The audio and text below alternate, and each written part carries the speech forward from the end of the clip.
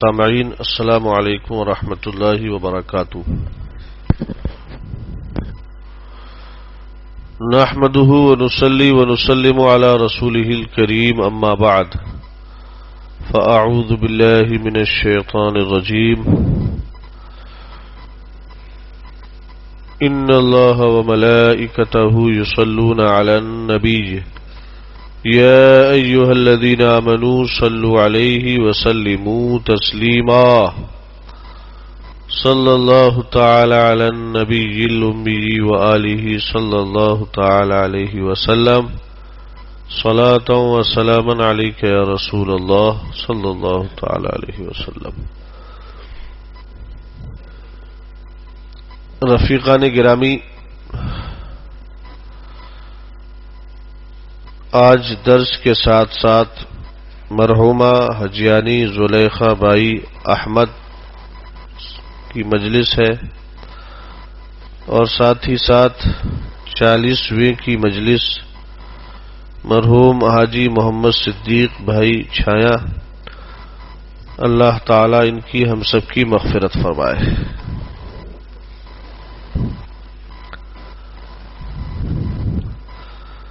امام اہل سنت اعلی حضرت رضی اللہ تعالی عنہ کے لکھے ہوئے قصیدہ سلامیہ کے اشعار پر گفتگو چل رہی ہے،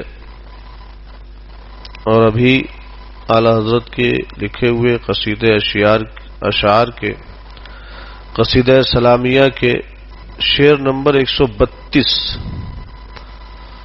وہ 10 جن کو جنت کا مژدہ ملا، اس مبارک جماعت پہ لاکھوں سلام۔ تو وہ 10 صحابہ اکرام جنہیں رسول اعظم صلی اللہ علیہ وسلم نے جنت کی بشارت دی، اس میں سے 4 تو خلفائے راشدین ہیں، اور باقی جو 6 صحابہ ہیں ان کے تعلق سے ہم نے سوچا کہ کچھ روشنی ڈالی جائے تفصیلی۔ اس سے پہلے حضرت ابو عبیدہ ابن جراح، جنہیں رسول اعظم صلی اللہ علیہ وسلم نے فرمایا لِكُلِّ أُمَّةٍ أَمِينٌ وَأَمِينُ هَذِهِ الْأُمَّةِ ابو عبیدہ ابن جراح، فرمایا ہر امت کے لیے ایک امین ہوتا ہے، اور اس امت کے امین ابو عبیدہ ابن جراح ہے، امین امت۔ آج ہم حضرت سعد بن ابی وقاص رضی اللہ تعالی عنہ کے تعلق سے گفتگو کریں گے، جو انہی 10 صحابہ میں سے ہیں جنہیں رسول اعظم نے جنت کی بشارت عطا فرمائی۔ آپ کا نام سعد کے معنی ہوتا ہے نیک بخت، سعد اچھے نصیبے والا، اور ابو وقاص یہ آپ کے والد کی کنیت تھی۔ حضرت سعد کے جو والد تھے ان کی کنیت تھی ابو وقاص، اور نام تھا ان کا مالک۔ حضرت سعد رضی اللہ تعالی عنہ کی کنیت ابو اسحاق تھی۔ آپ مکہ مکرمہ میں پیدا ہوئے، اور آپ کی عمر شریف تقریباً 17 سال کی ہوگی۔ رسول اعظم صلی اللہ علیہ وسلم نے جس دن اعلان نبوت فرمایا، اس کے 7ویں دن آپ دائرہ اسلام میں داخل ہو گئے تھے۔ اعلان نبوت فرمانے کے 7ویں دن آپ نے اسلام قبول کر لیا۔ اس لیے بعض روایتوں میں یہ آتا ہے کہ حضرت سعد بن ابی وقاص فرماتے تھے میں 3 نمبر کا مسلمان ہوں تمام مسلمانوں میں، 3 نمبر کا۔ لیکن علماء اکرام نے فرمایا کہ بعض صحابہ اکرام ان سے بھی پہلے ایمان لائے تھے، لیکن کیا ایمان کا اظہار بڑا دشوار تھا اس زمانے میں، یعنی انہیں علم نہیں تھا حضرت سعد بن ابی وقاص کو، لیکن ان کے علاوہ ان سے پہلے بہت سے صحابہ اکرام ایمان لے آئے تھے، لیکن کیا ایک اظہار نہیں تھا۔ ابتدائے زمانہ اسلام تھا تو اس وقت کیا ہے کفار و مشرکین کی بہت زیادہ سختیاں تھیں. البتہ یہ کہہ سکتے ہیں کہ ابتدائے اسلام ہی میں 7ویں دن ایمان لائے تو بہت ہی جلد ہی مسلمانوں میں شامل ہوئے تھے آپ.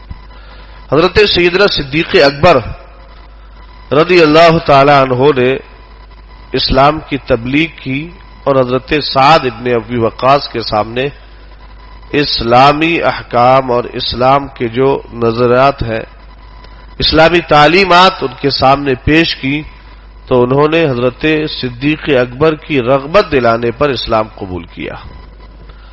حضرت ابو عبیدہ ابن جراح نے بھی حضرت صدیق اکبر کی ترغیب پر اور حضرت سعد ابن ابی وقاص نے حضرت صدیق اکبر رضی اللہ تعالی عنہ کے کہنے پر رغبت دلانے پر اسلام کو قبول کیا. تو انبیاء اکرام کے بعد جس طریقے سے سیدنا صدیق اکبر تمام صحابہ میں تمام بنی نوع انسان میں افضل ہے، انبیاء اکرام رسولان اعظام کے بعد افضل الخلق بعد الرسل، تو اب سیدنا صدیق اکبر رضی اللہ تعالی عنہ ایسے ہی اسلام کے سب سے پہلے مبلغ بھی ہیں. حضرت عثمان غنی ایمان لائے تو آپ کی تبلیغ سے، حضرت ابو عبیدہ کا ذکر آیا وہ بھی ایمان لائے آپ کی تبلیغ، حضرت سعد ابن ابی وقاص، حضرت عمرو بن عاص، نہ جانے کتنے اجلہ صحابہ اکرام حضرت صدیق اکبر کی تبلیغ اور رغبت دلانے پر اسلام میں داخل ہوئے. اس میں سے حضرت سعد ابن ابی وقاص بھی ہے. اب جب حضرت سعد ابن ابی وقاص نے اسلام قبول کر لیا تو اس کے بعد جو مرحلہ ہوتا ہے بڑا کٹھن ہوتا ہے، لیکن ان کو ہم سلام پیش کرتے ہیں کہ جو لوگ اللہ اور اس کے رسول کے لیے سب کچھ قربان کر دیتے ہیں. کوئی شخص نان مسلم ہے، پورا خاندان نان مسلم، آس پاس کے لوگ بھی نان مسلم، پھر وہ اسلام کو قبول کرے تو اس کے لیے ظاہری طور پر بڑی دنیاوی بڑی مشقتیں ہوتی ہیں. خاندان کو چھوڑنا، ماں باپ کو چھوڑنا، ان سے کیا ہوتا ہے فطری محبت ہوتی ہے، یعنی نیچرل محبت آدمی کو ہوتی ہے. لیکن آدمی اللہ اور اس کے رسول کی محبت پہ سب کچھ قربان کر دیتا ہے تو ان کے عشق کو، ان کی محبت کو اور ان کے اسلام لانے کو ہمیں سلام کرنا چاہیے. اب حضرت سعد ابن ابی وقاص اسلام لے آئے تو گھر والے سب ناراض، نیا دین پکڑ لیا اس نے، اپنے باپ دادا کے دین کو چھوڑ دیا ہے، تو اب مشقتیں شروع ہو گئی، ستانا شروع ہو گیا. آپ کی والدہ کو جب معلوم ہوا تو آپ نے قسم کھائی، آپ کی والدہ نے قسم کھائی، حضرت سعد ابن ابی وقاص کی والدہ نے قسم کھائی کہ جب تک سعد اس نئے دین سے پھر نہیں جاتا تب تک نہ تو میں کچھ کھاؤں گی، نہ پیوں گی، نہ صحیح طور پر سوؤں گی بستر اچھے سے. یہ قسم کھا لی ان کی والدہ نے. اب حضرت سعد ابن ابی وقاص، ویسے تو سارے لوگ ہی اپنے والدین سے محبت کرتے ہیں لیکن کچھ لوگ زیادہ ہی دھیان رکھتے ہیں اپنے والدین کا. تو حضرت سعد ابن ابی وقاص اپنی والدہ سے بڑی محبت کرتے تھے، کھانے پینے ہر چیز کے معاملات تمام کا بڑا خیال رکھتے تھے ان کا. اور اب وہ ہو گئی تھی ناراض اور قسم کھا لی تھی کہ سعد جب تک، اچھا اسی لیے انہوں نے قسم بھی کھائی تھی کہ میرا بیٹا تو میری بات مانے گئی کیونکہ میرا فرما بردار بیٹا ہے، تو اس لیے اور قسم کھا لی انہوں نے کہ جتنا میرا خیال لگتا ہے تو یہ بات بھی میری مان لے گا. لہذا قسم کھا لی نہ کھاؤں گی نہ پیوں گی. حضرت سعد ابن ابی وقاص رضی اللہ تعالی عنہ بڑے پریشان رسول اکرم صلی اللہ علیہ وسلم کی بارگاہ میں حاضر ہوئے. عرض کیا یا رسول اللہ علیہ السلام، میری والدہ نے قسم کھا لی ہے نہ کھائیں گی نہ پیئیں گی نہ صحیح سے سوئیں گی، سارے معاملات کی قسم کھا لی ہے کہ اگر میں دین سے نہ پھروں تو وہ کچھ کریں گی نہیں. تو اس موقع پر اللہ تبارک و تعالی نے قرآن کی آیت اپنے حبیب پر نازل فرمائی اور اس میں فرمایا گیا وَإِن جَاهَدَاكَ لِتُشْرِكَ بِي مَا لَيْسَ لَكَ بِهِ عِلْمٌ فَلَا تُطِعْهُمَا. یعنی کہ شرک کرنے پر اگر وہ تمہیں ابھارتی ہیں یا تمہارے والدین ابھارتے ہیں تو اب اس میں ان کی فرما برداری نہیں کی جائے گی.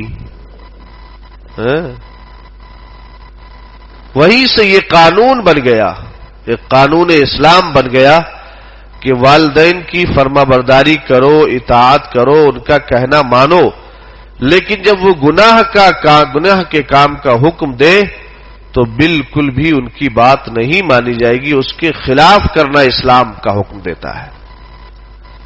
اور اسی وقت سے قانون بن گیا کہ اللہ کے احکام میں، اللہ تبارک و تعالی کی فرما برداری میں ماں باپ کی فرما برداری نہیں چلے گی. لہذا اگر کوئی اللہ اور اس کے رسول کے حکم کے خلاف حکم دے ماں باپ میں سے تو اب ان کی بات نہیں مانی جائے گی، اللہ اور اس کے رسول کی بات مانی جائے گی. یہیں سے پتہ چلا کہ والدہ کی یا والد کی محبت ہے، اہمیت ہے، وقار ہے، لیکن یہ وقار اللہ اور اس کے رسول کے سامنے کچھ بھی نہیں ہے. تب حضرت سعد ابن ابی وقاص اپنے طور پر کوشش کرتے رہے، ہر روز حاضر ہوتے خدمت کے لیے، کھانا پیش کرتے، پانی دیتے، لیکن وہ نہ کھاتی نہ پیتی. تو حضرت سعد ابن ابی وقاص نے اپنے ایمانی جلوے کو ظاہر کیا، پھر ایمانی جلوہ دکھایا اور فرمایا ماں میں تم سے بہت محبت کرتا ہوں، مجھے تم سے بہت محبت ہے، لیکن اگر تمہارے جسم میں 1000 جانیں ہوں اور ایک ایک کر کے ہر جان تمہاری نکل جائے پھر بھی میں اسلام سے رخ نہیں موڑوں گا، اسلام سے نہیں پھروں گا میں. یہ ہے اصل ایمان. یہاں پہ آ کے پتہ چلتا ہے اللہ اور اس کے رسول کی سچی محبت کا کہ حضرت سعد ابن ابی وقاص نے باقاعدہ اس بات کا اظہار کر دیا کہ یہ تو ایک جان ہے تمہاری چلی جائے تو 1000 جانیں بھی ہوں اور ہر ایک چلی جائے پھر بھی میں دامن اسلام کو نہیں چھوڑوں گا. یعنی جب اسلام کے دامن کو پکڑ لیا ہے تو اب اسی پر مضبوطی سے قائم رہوں گا. یعنی کہ تمہاری محبت اللہ اور اس کے رسول کی محبت پر قربان ہے.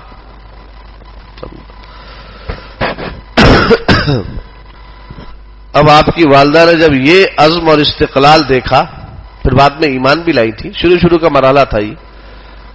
جب یہ عزم دیکھا، یہ ان کا استقلال دیکھا، مضبوطی دیکھی، اپنے دین پر قائم رہنے والی مضبوطی دیکھی کہ اللہ اور اس کے رسول پر سب کچھ قربان ہے، تو پھر انہوں نے بھی کھانا شروع کر دیا، پینا شروع کر دیا اور لائن پہ آ گئی وہ بھی. تو بندہ جب مستقل مزاج ہو کر اللہ اور اس کے رسول کے لیے قربانیاں دیتا ہے تو اللہ تعالیٰ وہاں سے راستہ پیدا فرما دیتا ہے جہاں بندہ گمان بھی نہیں کر سکتا. اور راہ ایمان نہیں ہے، راہ اسلام میں تو مشقتوں کا دوسرا نام ہے. مشقتیں وہ ایسی، اور اس سے انسان کے اپنے درجات بلند ہوتے ہیں. یہ شہادت گہے الفت میں قدم رکھنا ہے. لوگ آسان سمجھتے ہیں مسلمان ہونا، سمجھے. تو حضرت سعد ابن وقاص رضی اللہ تعالی عنہ کا یہ جملہ، یہ ارشاد ہر ایک مسلمان کے لیے مشعل راہ ہے کہ نمونہ ہے. دونوں باتیں ہیں کہ ہم محبت کریں والدین سے زیادہ محبت کریں. ان کی محبت ہمارے دل میں ہونا چاہیے، ضروری ہے یہ. لیکن جب یہ محبت اللہ اور اس کے رسول کے سامنے ٹکرائے تو ساری محبتیں اللہ اور اس کے رسول پر قربان ہے.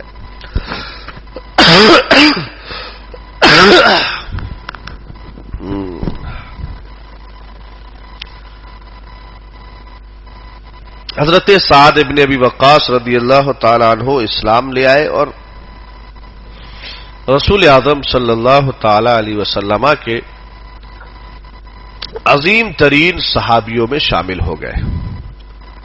اب تمام تر معاملات میں جب رسول اعظم صلی اللہ علیہ وسلم جنگ بدر کے لیے تشریف لے گئے تو سعد ابن ابی وقاص ساتھ میں تھے، اور اس جنگ میں آپ کے سگے بھائی حضرت عمیر بن ابی وقاص نے جام شہادت نوش کیا تھا.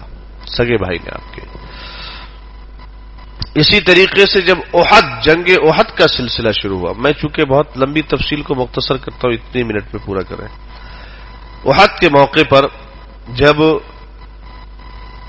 صحابہ کرام بکھر گئے تھے، حضرت خالد بن ولید جو اس وقت ایمان نہیں لائے تھے، پیچھے سے حملہ کیا، تو جس کی وجہ سے مسلمان بکھر گئے تھے، ادھر ادھر ہو گئے تھے، تو بہت سارے صحابہ اکرام ادھر ہو گئے، بکھر گئے، اور رسول اعظم صلی اللہ علیہ وسلم کے ساتھ چند صحابہ رہ گئے تھے۔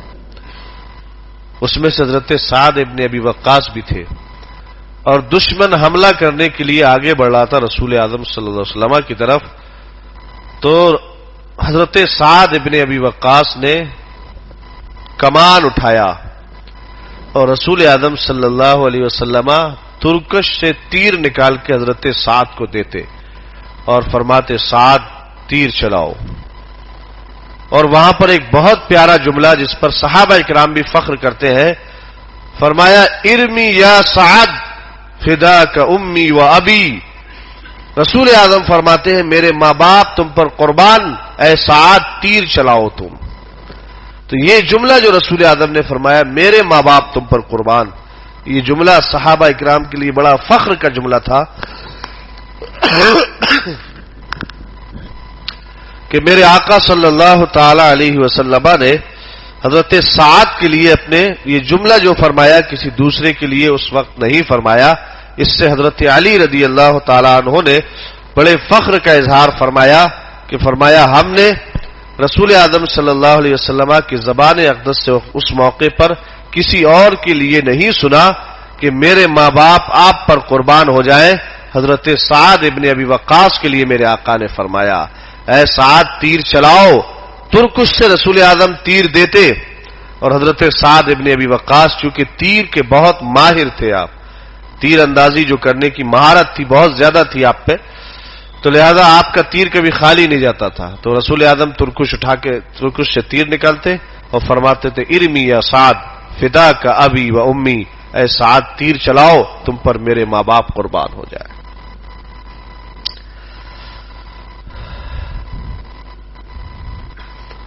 رسول اعظم صلی اللہ علیہ وسلم ایک مرتبہ سفر سے آ رہا، اچھا یہ بات میں اور مکمل کر دوں آگے۔ اسی طریقے سے تمام تر جو بھی بڑے بڑے اہم معاملات پیش آئے، جنگ خندق وغیرہ اور فتح مکہ شریف ہوا، ان سب میں حضرت سعد ابن ابی وقاص رسول اعظم صلی اللہ علیہ وسلم کے ساتھ میں تھے۔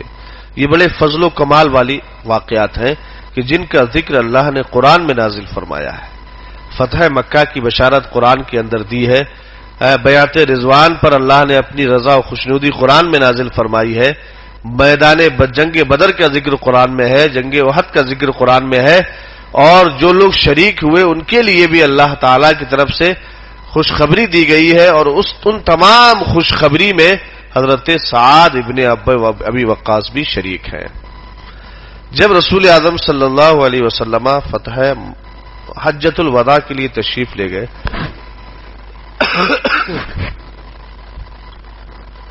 تو وہاں پر حضرت سعد ابن ابی وقاص کی طبیعت علیل ہو گئی۔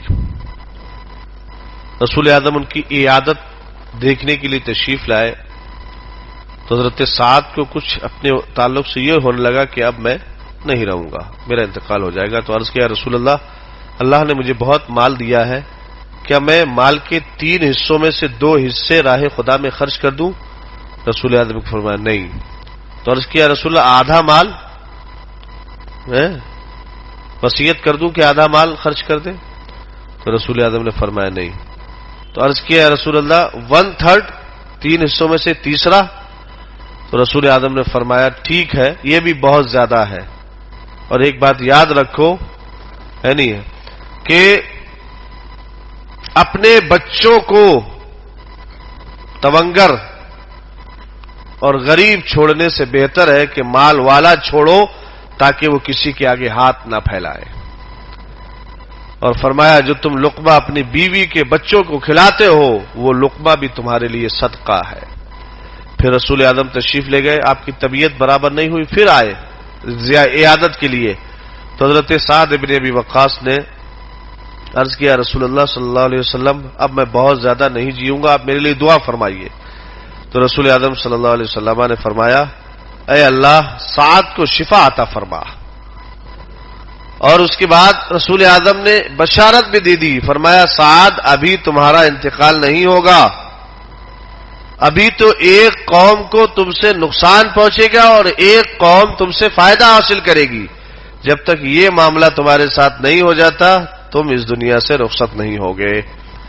اور یہ اشارہ تھا بعد کا، جب حضرت عمر ابن خطاب کی خلافت کا زمانہ آیا تو حضرت عمر ابن خطاب رضی اللہ تعالی عنہ نے، فاروق اعظم نے آپ کو ملک ایران، عراق کہہ سکتے ہیں، عراق مدائن وغیرہ جو گئے ہیں، مدائن دیکھ کے آئے ہوں گے، تو مدائن وغیرہ کا جو کیسر و کسرا کا محل بھی ہے وہاں پہ ہے، نہیں ہے عثمان بھائی؟ بغداد شریف جو گئے ہیں وہ جانتے ہوں گے. تو اس پورا علاقہ یہ تھا عراقیوں کا جو آگ کی پوجا کیا کرتے تھے، آتش پرست تھے، اور اس پورے علاقے کو حضرت سعد ابن ابی وقاص نے فتح فرمایا تھا. تو اب یہ چونکہ کیسر و کسرا پاور، مال و دولت بہت زیادہ تھا، تو حضرت سعد ابن ابی وقاص فتح پر فتح حاصل کرتے چلے گئے، یہاں تک کہ قادسیہ کی ایک بہت بڑی جنگ، تاریخی ہسٹوریکل جنگ قادسیہ کی جنگ ہے، اور اس قادسیہ کی جنگ کے سپہ سالار اعظم حضرت سعد ابن ابی وقاص تھے، اور اللہ تعالیٰ نے فتح کا صحرا ان کے سر پر باندھا، اور وہاں سے بہت سارا مال غنیمت، بہت سارا مال و دولت جمع ہوا. تو وہ سارا مال و دولت عرب یعنی کہ مکہ شریف، مدینہ شریف میں آیا. تو یہ لوگوں کو فائدہ حاصل ہوا حضرت سعد ابن ابی وقاص کے ذریعے سے، اور ایرانیوں کو نقصان ہوا کہ مال غنیمت کے طور پر سارا مال ان کا وہاں سے منتقل ہو گیا اور مدینہ شریف میں سارا مال آ کے جمع ہو گیا. تو ایک قوم کو فائدہ ہوا اور دوسرے قوم جو عجمی تھے ان کو نقصان ہوا. میرے آقا نے جو فرمایا تھا وہ ہو بہو ہو کر ہی رہا. پھر بعد میں حضرت علی رضی اللہ تعالیٰ عنہ کی خلافت کا زمانہ آیا. پھر آپ نے وادی عقیق، مدینہ شریف سے تقریباً 10 میل کی دوری پر ایک علاقہ ہے وادی عقیق کہہ کے،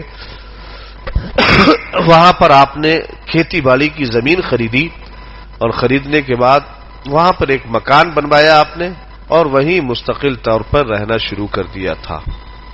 وہیں عبادت و ریاضت کرتے تھے، یہاں تک کہ اسی وادی عقیق میں آپ کا انتقال ہوا حضرت سعد ابن ابی وقاص کا، اور آپ کے جنازے مبارکہ کو مدینہ شریف لایا گیا.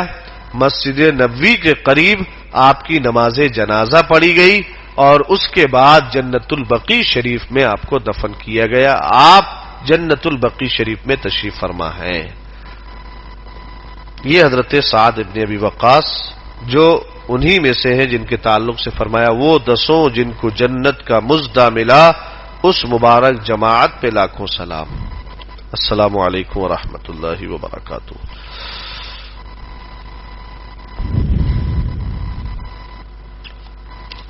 کیا ابھی اور سننا ہے؟ کیا سننے کو تو بہت ہے، لیکن کیا ہے ٹائم کا بھی، خیر پھر بھی 25 منٹ ہو گئے تقریباً، سوچا بیچ میں چھوڑوں.